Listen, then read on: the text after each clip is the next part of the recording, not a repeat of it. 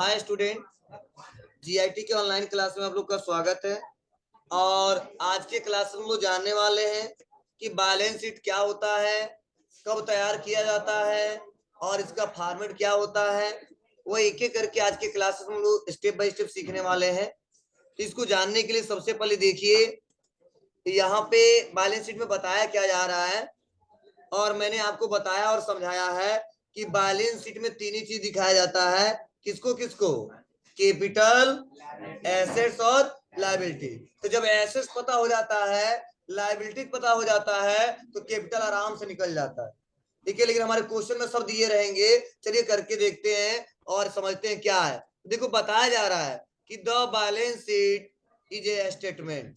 Balance sheet क्या है जी? एक ऐसा स्टेटमेंट है जो क्या करता है, समराइज करता है the asset and liabilities of A business. मतलब उसका समरी निकालता कितने व्यापार में एसेट्स है और कितने लायबिलिटीज है।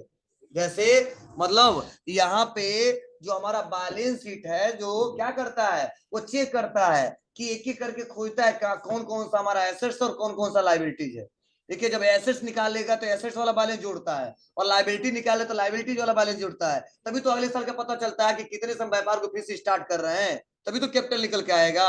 मान लो हमारा लायबिलिटी निकल के आया 10 लाख और एसेट्स निकल के आया 20 लाख, तभी तो हम बता पाएंगे इस अगले साल का जो हमारा कैपिटल होगा 10 लाख होगा। ठीक है, अगर लायबिलिटी मान लो आया हमारा कितना, ठीक है 20 लाख और एसेट्स आ गया हमारा कितना 10 लाख, तो कहां से कैपिटल आया? ठीक है, माइनस में चला जाएगा, फिर से पूंजी लगाना पड़ेगा। अभी कर्ज में है, फिर से कितना कर्ज ले हम लोग। देखिए, यही बोला गया, समरी निकाला जाता है किसमें, बिजनेस में, जितने लायबिलिटीज और जितने एसेट्स होते हैं। ठीक है, तो यहाँ पे आपको बताया जा रहा है, प्लस फिर से बताया जा रहा है कि the excess of the assets over liability is the next worth of business, the balance sheet provide information the help in the assessing. मतलब मैनुअल तरीके से क्या करता है यार कि जो हमारा बैलेंस शीट होता है वह एसेट्स और लायबिलिटीज को क्या करता है, शो करके दिखाता है बिजनेस में। प्लस यहाँ पे जो बैलेंस शीट हम बनाते हैं तो क्या क्या हेल्प मिलता है, इससे क्या क्या व्यापार में पता चलता है। तो पहला देखो बताया जा रहा है, एक company long term financial strength और परफॉर्मेंस। मतलब इससे पता चलता है व्यापार में हमारे व्यापार का, ठीक है, जो स्थिति क्या है, ये लंबे समय तक चलने वाला है कि नहीं। ठीक है, हमारे व्यापार का क्या परफॉर्मेंस है। अब बताओ कैसे पता चलेगा? अगर मान लीजिए फर्स्ट अगर पता करना तो कैसे पता करेगा वो, यहाँ पे बोला गया ना long term financial strength and the performance. अब कैसे पता चलेगा हमारा व्यापार लंबे समय तक चलने वाला है कि नहीं, हमारे व्यापार का परफॉर्मेंस क्या है, तो वहां पे चेक करेंगे। अगर एसेट ज्यादा है तो समझेंगे बस हमारा व्यापार अच्छे से चलेगा और लंबे समय तक चलाएंगे। लेकिन अगर वहीं पर लायबिलिटीज हमारा कम होता है तो हम क्लियर कर लेंगे, बाबू बहुत ज्यादा दिन नहीं चलने वाला, बहुत कर्ज में है हम लोग। ठीक है, तो बैलेंस शीट बनाने से पता चलता है, ठीक है, कि हमारा व्यापार लंबे समय तक चलने वाला है कि नहीं है। ठीक है, उसका परफॉर्मेंस क्या है। फिर से आपको देखो यहाँ पे बताया जा रहा है कि इसे पता करते हैं कि एक company efficiency in day to day क्या है, वर्किंग कैपिटल मैनेजमेंट। मतलब जब बैलेंस शीट बनाते हैं इसी से पता चलता है कि हमारा व्यापार का कैपिटल क्या है। अगर हम लोग बैलेंस शीट क्रिएट ना करें तो हम कैपिटल मैनेजमेंट नहीं कर सकते हैं। देखिए, कैपिटल के बारे में नहीं जान सकते हैं कि कितने का अगले साल का कैपिटल होगा या प्रेजेंट टाइम इसमें कितना बचा हुआ है। ठीक है, और फिर से यहाँ पे बताया जा रहा है कि ये कंपनी एसेट्स पोर्टफोलियो। ठीक है, मतलब एक प्रकार का जो होता है ना, जो हमारा कंपनी होता है, ये बताता है कि एसेट्स का क्या पार्ट है और एसेट्स में क्या क्या है। देखो फिर से पॉइंट बताया जा रहा है कि all revenue and expenses account are close once the profit and loss account in the prepare. मतलब व्यापार में जितने हमारे एक्सपेंसेस होते हैं और व्यापार में हमारे जितने इनकम होते हैं उसी फाइनेंशियल में क्लोज किया जाता है। कब? जब बैलेंस शीट को बनाया जाता है तब। क्यों? क्योंकि एक टेम्पोररी अकाउंट है, जब तक हम लोग उसको क्लोज नहीं करेंगे हमको net profit and net loss पता नहीं चलेगा। देखिए, तो इसीलिए क्या करते हैं, इसी साल क्लोज कर देते हैं। कब? पीएल अकाउंट बनाते हैं तब। ठीक है, देखो मैसेज भी दे रहा है, expenses account will not have an opening balance for the next accounting period. तो जो भी एक्सपेंसेस बैलेंसेस हैं, ठीक है, तो हमारा क्या है, उसको अगले फाइनेंशियल में रिकॉर्ड नहीं करते हैं, नहीं दिखाते हैं। क्यों? क्योंकि जो भी इस साल का एक्सपेंसेस है इस साल के एक्सपेंसेस में क्लोज कर दो। हाँ, जो बाकी पैसा है वो दिखाते हैं, जब देंगे तो देंगे। ठीक है, तो ध्यान दीजिएगा। अब क्या क्या फॉर्मेट होते हैं, इससे क्या क्या निकलता है, तुमने पढ़ाया था। एसेट्स किसे किसे कहते हैं, बताओ, दो चार तो नाम बताओ तो। मशीनरी, बिल्डिंग, लैंड और कैश और लैंड, रूम और फर्नीचर। लायबिलिटी पांच से नाम बताइए। लायबिलिटी तो सब कैपिटल और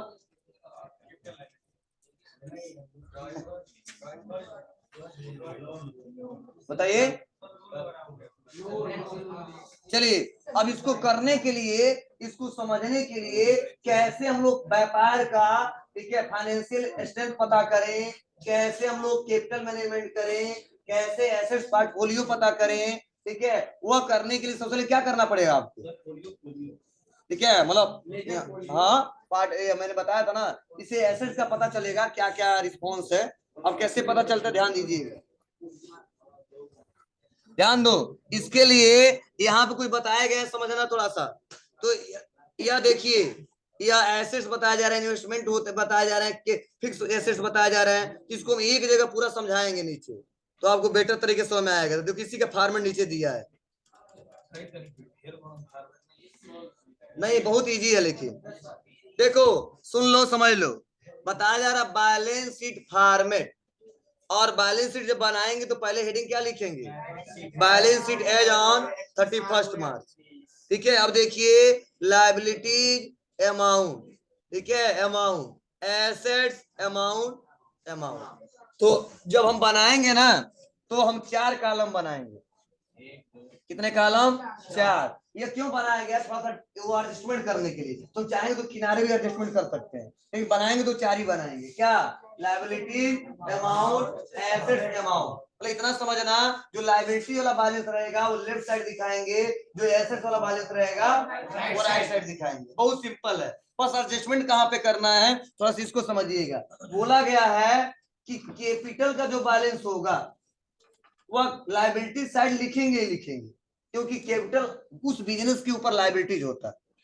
किसके बिजनेस के ऊपर, जो बिजनेस चलता है, ठीक है, ओनर ही लगाता है, इसीलिए इसको लायबिलिटी माना था बिजनेस पे, ठीक है ना कि ओनर पे। ठीक है, तो कैपिटल जो है वो लायबिलिटी में दिखाते हैं कितना, जितना बैलेंस होगा। लेकिन उससे पहले कुछ एडजस्टमेंट करना होगा। क्या क्या, तो बोला गया लेस ड्राइंग, मतलब व्यापार में जितने ड्राइंग्स हैं, ठीक है, उस बैलेंस को एडजस्टमेंट करना किसके साथ, कैपिटल के साथ, माइनस करना है। क्यों करना है, हमने पढ़ाया था आपको कि व्यापार का स्वामी अगर मान लो 5 लाख रुपया लगाया और अपने निजी खर्च के लिए 2 लाख रुपया निकाल लिया, तो लिखे रहेंगे तो ही तो पता कर पाएंगे। हम उस साल बता सकते हैं सर आपने 5 दिया था, 2 ले लिया था, तो आपका कैपिटल कितना है, 3 ही बचा है। तो ध्यान देना, क्वेश्चन में अगर आ गया ड्राइंग तो आपको निकालना पड़ेगा, माइनस करना पड़ेगा किससे, कैपिटल से। फिर से लेस करना है नेट लॉस को, मतलब पीएल अकाउंट में जो निकलेगा क्वेश्चन में रहेगा, अगर नेट लॉस रहेगा तो कैपिटल से क्या करेंगे, फिर से माइनस करेंगे। अब 5 था तो बचा कितना, 3। अब मान लो 1 लाख रुपए का लॉस हो गया तो बचेगा कितना, 2। हम मानेंगे कैपिटल 2 ही का है, समझे ना। अब बता रहे हैं अगला है ऐड नेट प्रॉफिट, लेकिन उस व्यापार में तो एक ही कोई होगा ना, या तो नेट प्रॉफिट या तो नेट लॉस। लेकिन अगर प्रॉफिट हो गया और मान लो 5 लाख रुपया का हो गया, मतलब 3 यह निकल गया, 5 कितना हो जाएगा, 8 लाख रुपया हो जाएगा। ठीक है, तो 8 लाख रुपए का हमारा क्या हो जाएगा, कैपिटल हो जाएगा। मतलब जोड़ देंगे इस बैलेंस को कैपिटल के साथ, पूंजी बढ़ जाएगा हमारा। हाँ दोनों में कोई एक ही आएगा, या तो प्रॉफिट आएगा या तो नेट लॉस आएगा।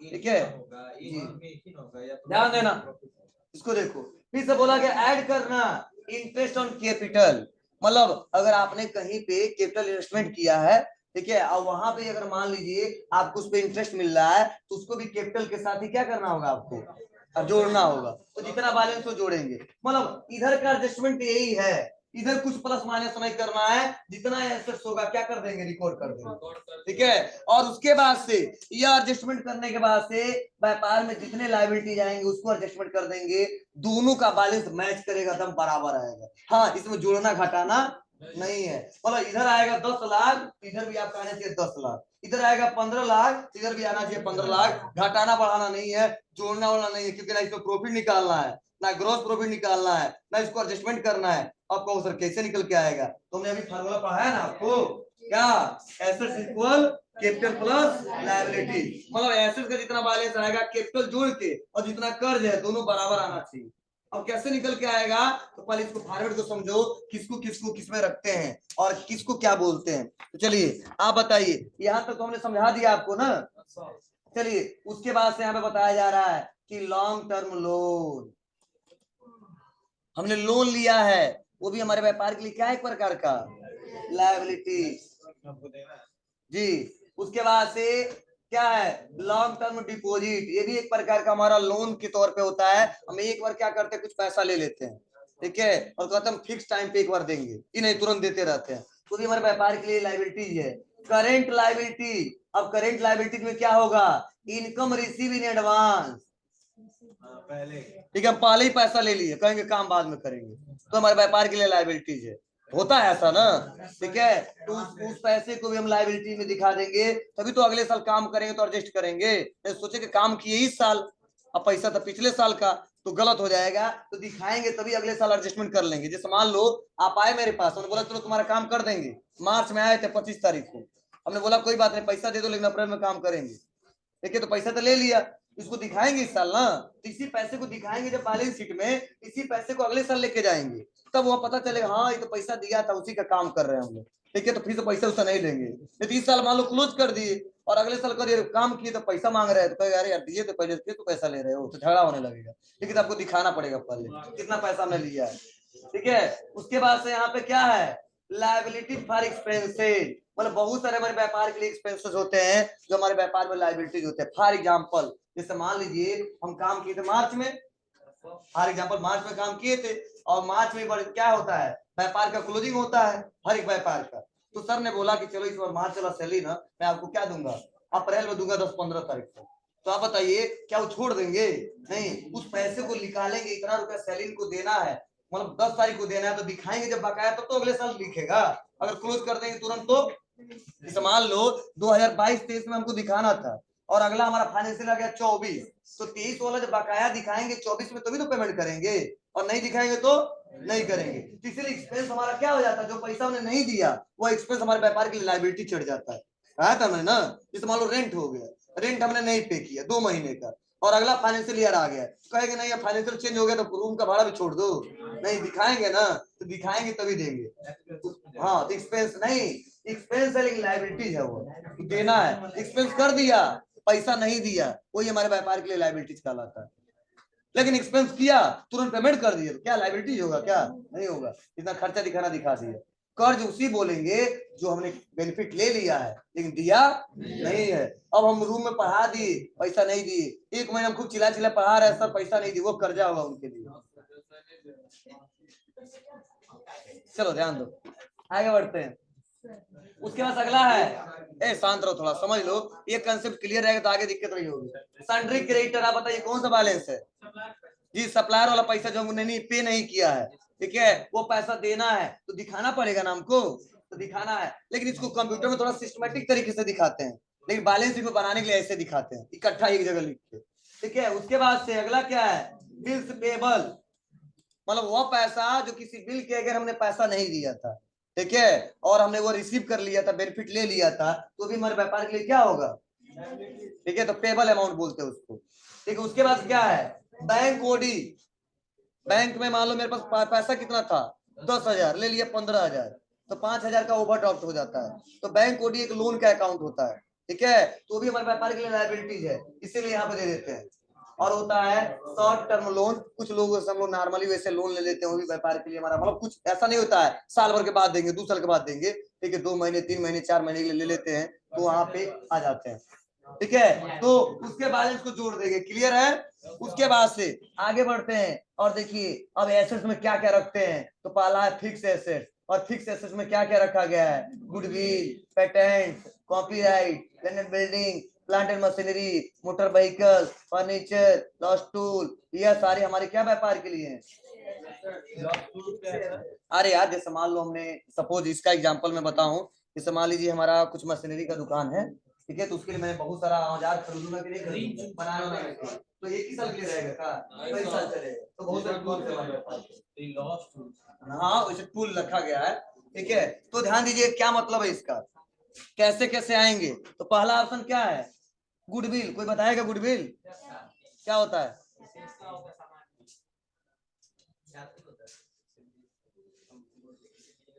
जी गुडविल मतलब होता है मार्केट में आपका इमेज क्या है, ठीक है, हाँ ये कहते ब्रांड, अच्छा एग्जांपल है ब्रांड, ठीक है, मतलब सुन लो, गुडविल एसेट क्यों माना जाता है? गुडविल एसेट इसलिए माना जाता है कि मार्केट में आपका डिमांड कितना है, समझे ना? जैसे फॉर एग्जांपल अगर तीन दो पेट्रोल टंकी है, रिलायंस वाला है, एसपी वाला है, ठीक है, भारत पेट्रोलियम है, ठीक है, तो आप बताइए अगर कह दे आप तीनों में सेम रेट का मिल रहा है पेट्रोल, ठीक है, सेम वही वैल्यू है, ठीक है, तो आप तो पेट्रोल कहाँ भराओगे? रिलायंस पे।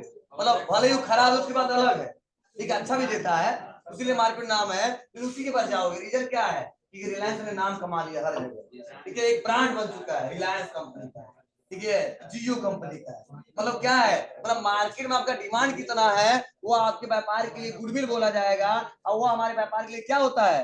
एसेट्स होता है। फॉर एग्जांपल मैं बता दूं, सपोज आप मुझे पढ़ने आए मेरे पास, नहीं वो नहीं बोलेंगे हम, ठीक कोई बात नहीं। हाँ, तो ध्यान दीजिएगा, आप बताओ मेरे पास पढ़ने आए आप लोग, ठीक है, जब आप लोग पढ़ने आए तो चलो मान लीजिए आप पढ़ने आए तो मैं पढ़ाता हूँ आपको, ठीक है, तो जब पढ़ते हो तो मेरी पढ़ाई अच्छी लगती है, ठीक है, तो एक लड़का आता है ना तो साथ में 2-4 लोग और लेके आता है, ठीक है, चलो हमको बहुत अच्छा पढ़ाया जाता है, तो सर ब्रांड तो आप मतलब हाँ होता है, पर मेरे तरीके से नाम किससे चलता है? उसके नाम से चलता है। हाँ, वहाँ जो लड़के पढ़ते तब कहते जाइएगा सर्वेश सर के पास पढ़िएगा, समूह सर के पास पढ़िएगा, पुष्कर सर के पास पढ़िएगा, ठीक है, फिर नाम बताता कि इस संस्था में जाइएगा, इनके साथ इनके पास पढ़िएगा। धीरे धीरे नाम खराब हो जाता है, कोई लड़के नहीं आते हैं, ठीक है, तो मार्केट में नाम का बहुत ज्यादा वैल्यू है। जैसे मैं आपको बोल दूं कि आपको बुक खरीदना है, तो जितने लोग, मैं सभी लोग यहाँ से निकाल दूं, लो पैसा लो और जाओ बुक खरीदना, ठीक है, तो सबसे पहले किस दुकान पे जाओगे? ठीक है, हाँ, मतलब पढ़वाना में आपको डिमांड उसका हो गया है, ठीक है, अगर भले ही ओनर ना चलाता हो, वो दुकान किसी को बेच दिया है, लेकिन कुछ दिन तो आप लोग उससे खरीदोगे, बाद में धीरे पता चलेगा यार ये तो घाटा लग रहा है, हमको बहुत ज्यादा नुकसान देना पड़ रहा है, ठीक है, थोड़ा सा प्रॉफिट क्या प्रॉफिट नहीं हो रहा हमारा, ठीक है, थोड़ा महंगा बेच रहा है, तो 2-4 साल बाद पता चलेगा अरे यार मालिक चेंज हो गया है, ठीक है, अब इसके बाद नहीं खरीदना है। मतलब नाम लोग बेचते हैं, उससे पैसा कमाते हैं। आप बताइए जो पेट्रोल टंकी चलता है तो अंबानी जाके सब जगह लगाते हैं क्या? नहीं, उसका ब्रांच लोग लेते हैं, समझे ना?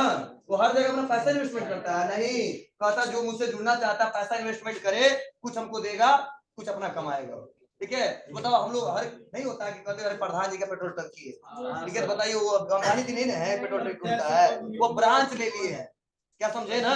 तो जितने पड़ौना में हमारे लोकल में जितने या हर सिटी में जो हमारे पेट्रोल टंकी है, तो कंपनी तो एक ही है ना जी, लेकिन वो क्यों कहता है पेट्रोल टंकी हम उसका मालिक हम है? मतलब उसने उनसे कुछ क्या किया है, एग्रीमेंट करवाया है कि इतने साल के लिए इतना परसेंट मैं अपने कमाई का दूंगा, ठीक है, तो उससे सर्विस लेता है, वो सर्विस देता है, उसका पैसा देता है, और हम वही जाते हैं खरीदते तो वो भी कमाता है और कंपनी वाला भी कमाता है, हर जगह अपना ब्रांच भेजता रहता है, ठीक है, तो ऐसा नहीं है हर जगह वो लगाए हैं लोग। हाँ बनना ये रहेगा, ठीक है। चलिए ये चलो इतना क्लियर है ना गुडविल के लिए, आगे बढ़ते हैं। उसके बाद अगला है पेटेंट। चलो पहली बार हम सुने हो क्या?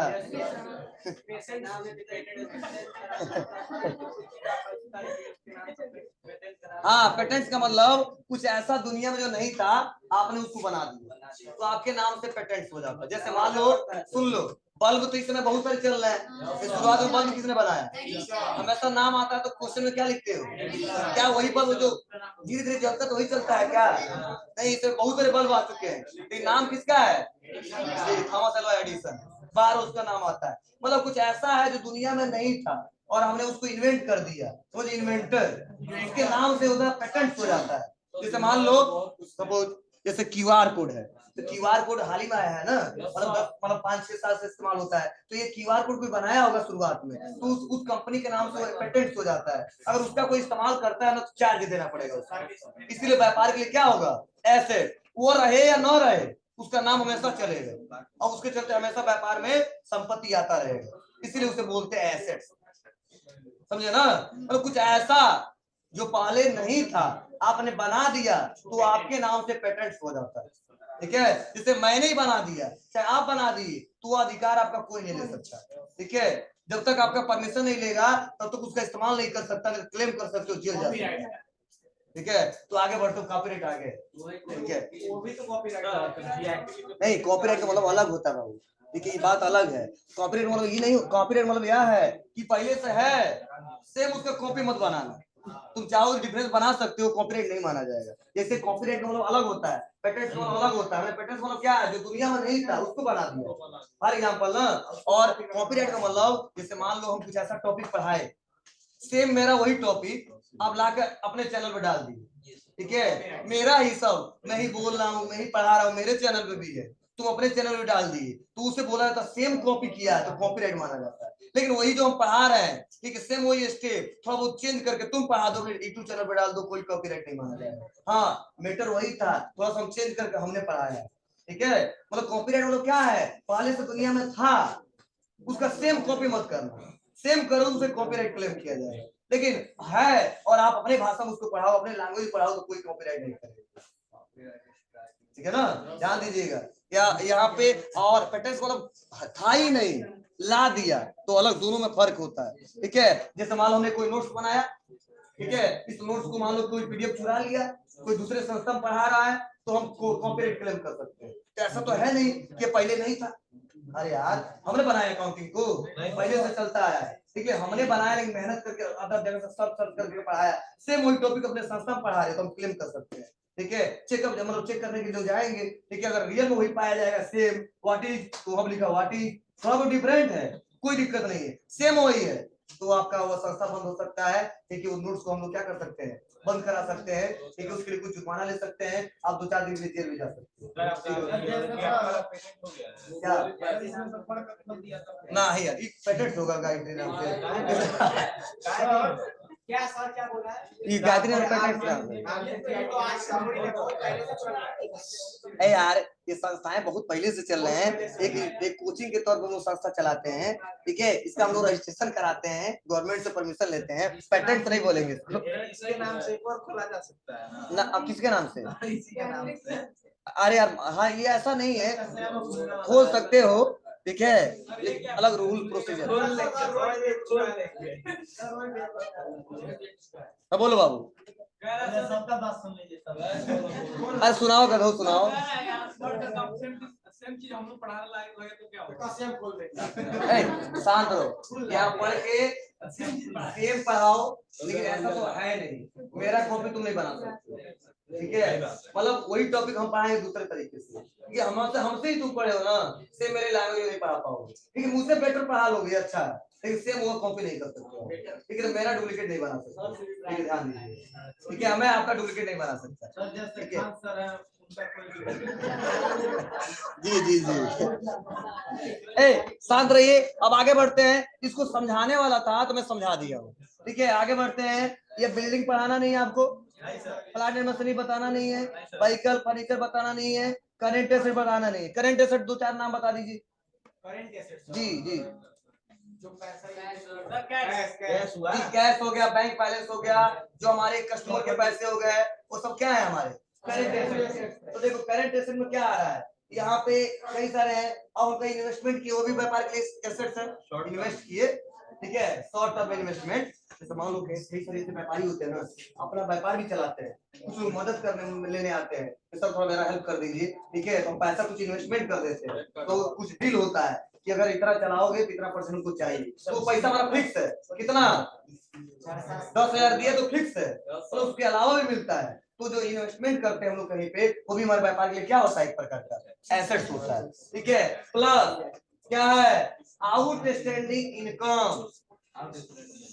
देखिए आउटस्टैंडिंग इनकम मतलब क्या होता है, और आउटस्टैंडिंग एक्सपेंस का मतलब क्या होता है। जब भी दो शब्द आ जाए, आउटस्टैंडिंग एक्सपेंस, तो समझ रहे हो वो बकाया राशि जो हमको एक्सपेंस किया था, दिया नहीं। आउटस्टैंडिंग इनकम वो बकाया राशि जो हमने इनकम तो किया था लेकिन मिला नहीं था, इसलिए एसेट्स मानते हैं। आउटस्टैंडिंग जब भी शब्द आ जाए समझ लो बकाया राशि है, जब एक्सपेंस हो तो हमको देना है, इनकम है तो हमको लेना है, क्लियर है। चलिए, तो ये हमारा आउटस्टैंडिंग इनकम है, बहुत सारे आ सकते हैं। चलिए, प्रीपेड एक्सपेंस, ये भी हमारे व्यापार के लिए एसेट्स है। प्रीपेड एक्सपेंस सर है ना, जैसे आप मोबाइल का रिचार्ज कराते हो वो प्रीपेड एक्सपेंस करते हो। अरे पैसा दीजिए चलता रहा। पहले आप रिचार्ज कराते हो तब 1 महीने इस्तेमाल करते हो, ठीक है ना, फिर तो रिचार्ज कराते हो, फिर से 1 महीना इस्तेमाल करते हो। पहले एक पैसा हाँ